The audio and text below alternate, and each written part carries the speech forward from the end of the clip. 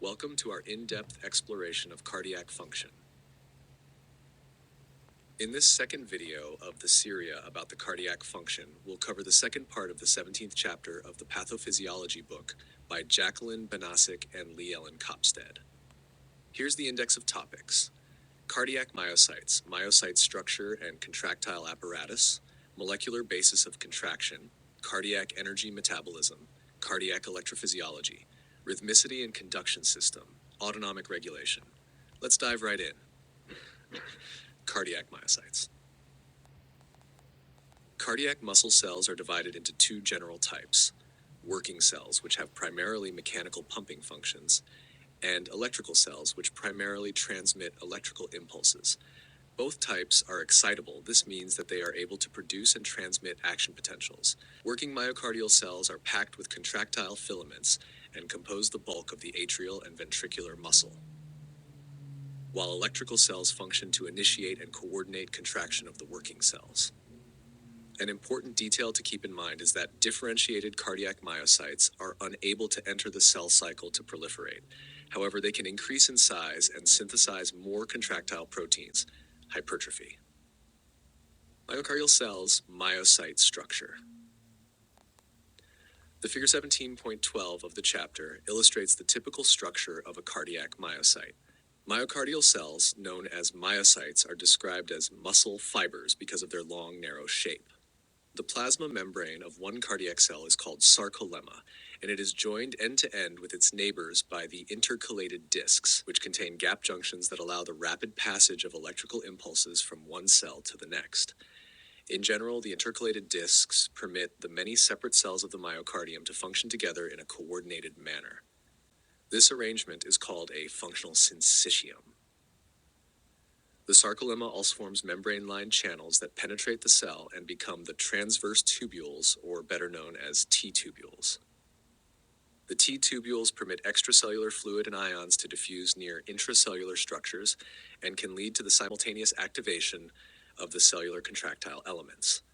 Another important structure is the sarcoplasmic reticulum, SR, which is an extensive labyrinth of hollow membrane that stores significant amounts of intracellular calcium. It contains calcium-sensitive channels that open briefly during depolarization and allow calcium ions to flow into the cytoplasm. So let's say an action potential is traveling along the T-tubule. This opens voltage-sensitive calcium ion channels, L-type, in the plasma membrane. The calcium ions that enter the cell through these channels interact with receptors on the SR membrane called ryanodine receptors. Activation of these receptors opens calcium gates on the SR, and calcium rushes into the cytoplasm to initiate contraction. The SR also contains powerful sarcoplasmic endoplasmic reticulum calcium ATPase, SERCA, pumps that recover calcium ions from the cytoplasm and return them to the SR. Inside the SR, calcium is bound to specialized proteins, including calsequestrin. This helps keep the free calcium concentration in the SR lower, such that the calcium transporters have a lower gradient to pump against. Also, it is relevant to mention that myocytes are packed with numerous mitochondria that are positioned along the contractile fibers of the cell. The heart is also endowed with an extensive capillary network, approximately 1 capillary per muscle cell. The large number of mitochondria and abundant oxygen supply are necessary to keep pace with the high ATP requirements of the contractile elements and ion pumps. Contractile apparatus. The cardiac myocyte reveals a typical pattern of banding called striation. This striated appearance is due to an organized structure of the proteins of the contractile apparatus named as myofibrils. These proteins refer basically to the actin and myosin, but in general we need to know that there are two main types: thick filaments and thin filaments. Myosin filaments are larger and are referred to as thick filaments, while thin filaments are actually composed of several different types of protein bundled together, being actin the primary constituent, with smaller amounts of the proteins tropomyosin and troponin bound to it. The thick and thin filaments are specifically arranged in contractile units called sarcomeres. Sarcomeres are defined by dark bands called Z-discs, also called Z-lines, which lie perpendicular to actin and myosin filaments. So a sarcomere extends from one Z-disc to the next. Thin actin filaments are attached to Z-discs and extend from them.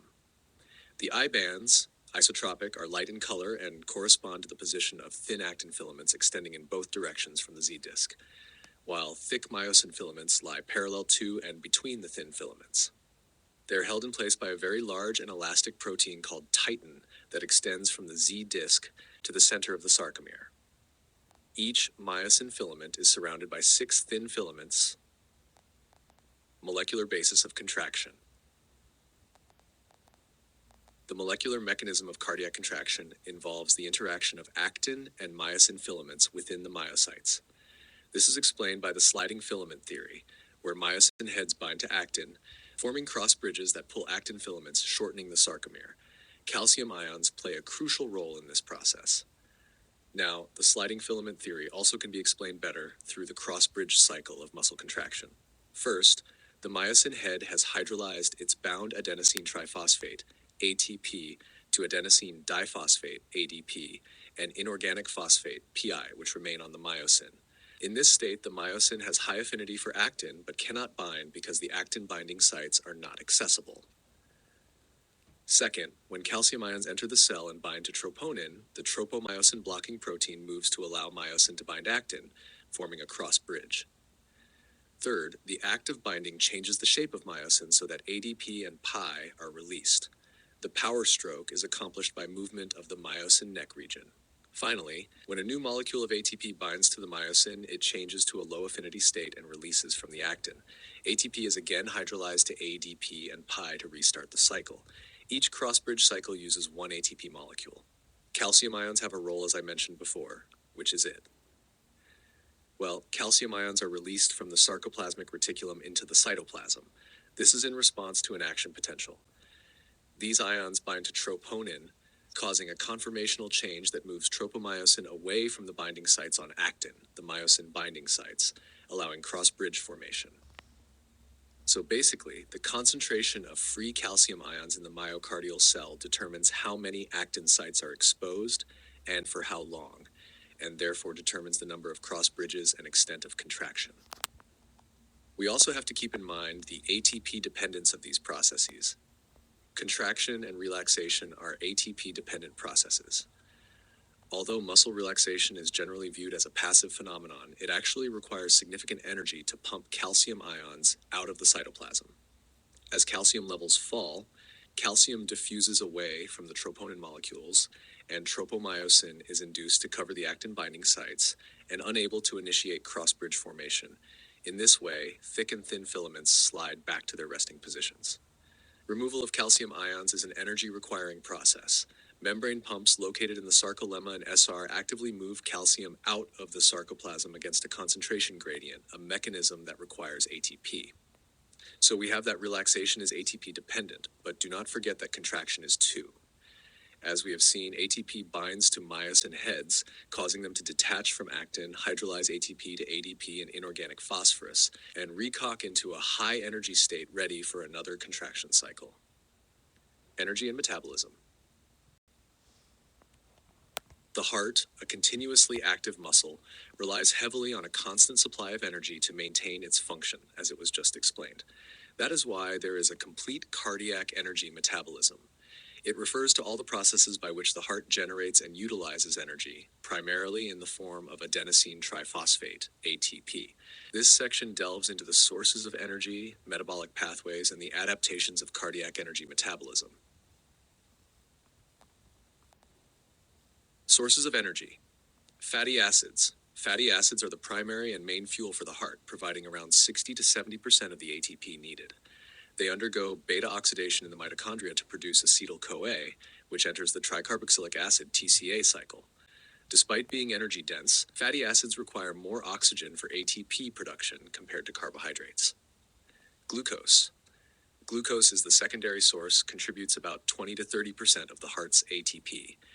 It is metabolized through glycolysis to pyruvate, which can either enter the mitochondria for oxidative phosphorylation or be converted to lactate during anaerobic conditions. The heart's flexibility, to switch between fatty acids and glucose depending on availability and demand is crucial for its function. Lactate. It is not of the main sources, even though the heart can oxidize lactate, especially during exercise when lactate levels are elevated. This is because lactate is produced by skeletal muscles and other tissues during anaerobic metabolism. Ketone bodies. They are an alternative source. During periods of fasting or prolonged exercise, ketone bodies become an important energy source. Ketone bodies are converted to acetyl-CoA, entering the TCA cycle, such as the fatty acids do. Amino acids. Minor contribution. Amino acids contribute a small portion to the heart's energy needs through gluconeogenesis or direct oxidation. Metabolic pathways, aerobic metabolism. It is the primary pathway.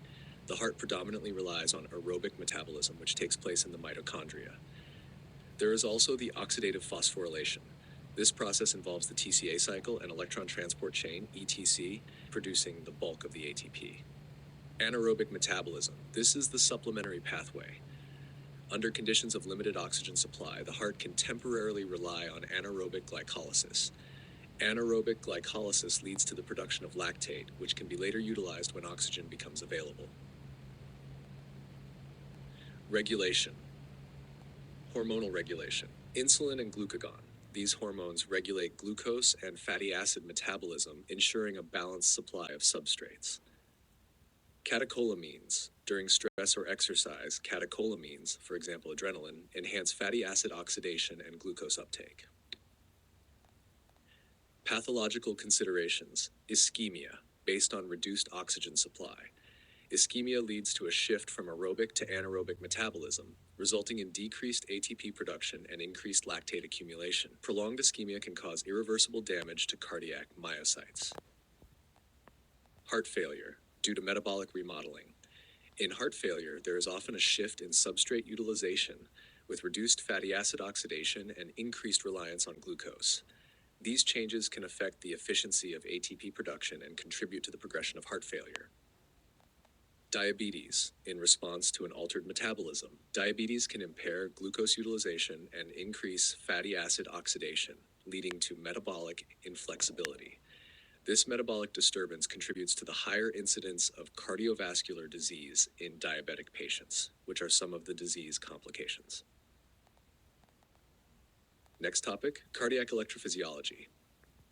Cardiac electrophysiology focuses on the electrical properties of cardiac cells and how they coordinate the heart's rhythm between resting membrane potential and action potential. So, resting membrane potential.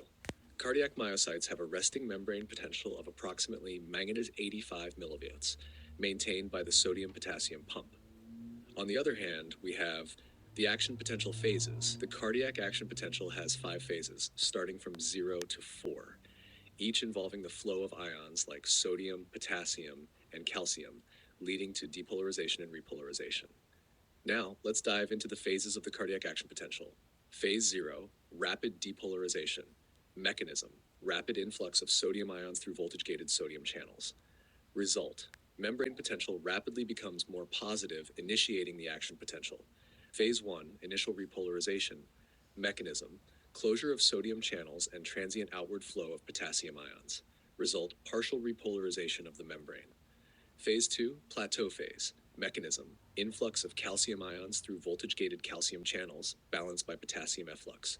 Result, prolonged depolarization, maintaining the contraction. Phase 3, rapid repolarization.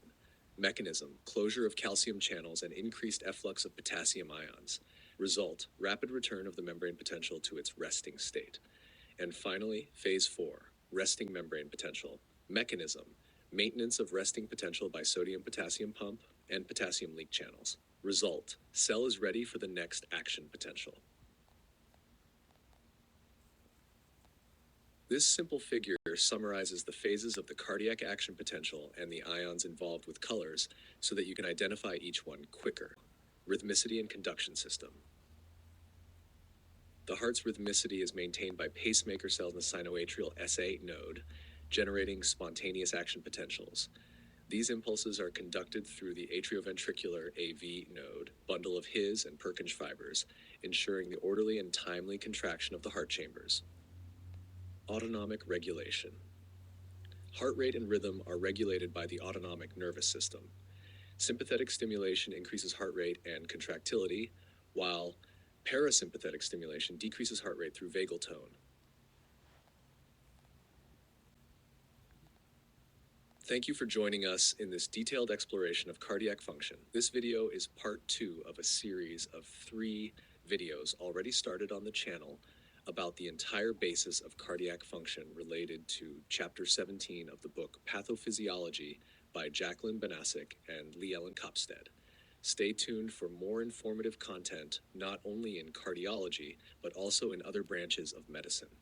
If you found this content useful, please like the video, share it with others, and subscribe to our channel. Don't forget to activate the notification bell to stay updated on all our latest content.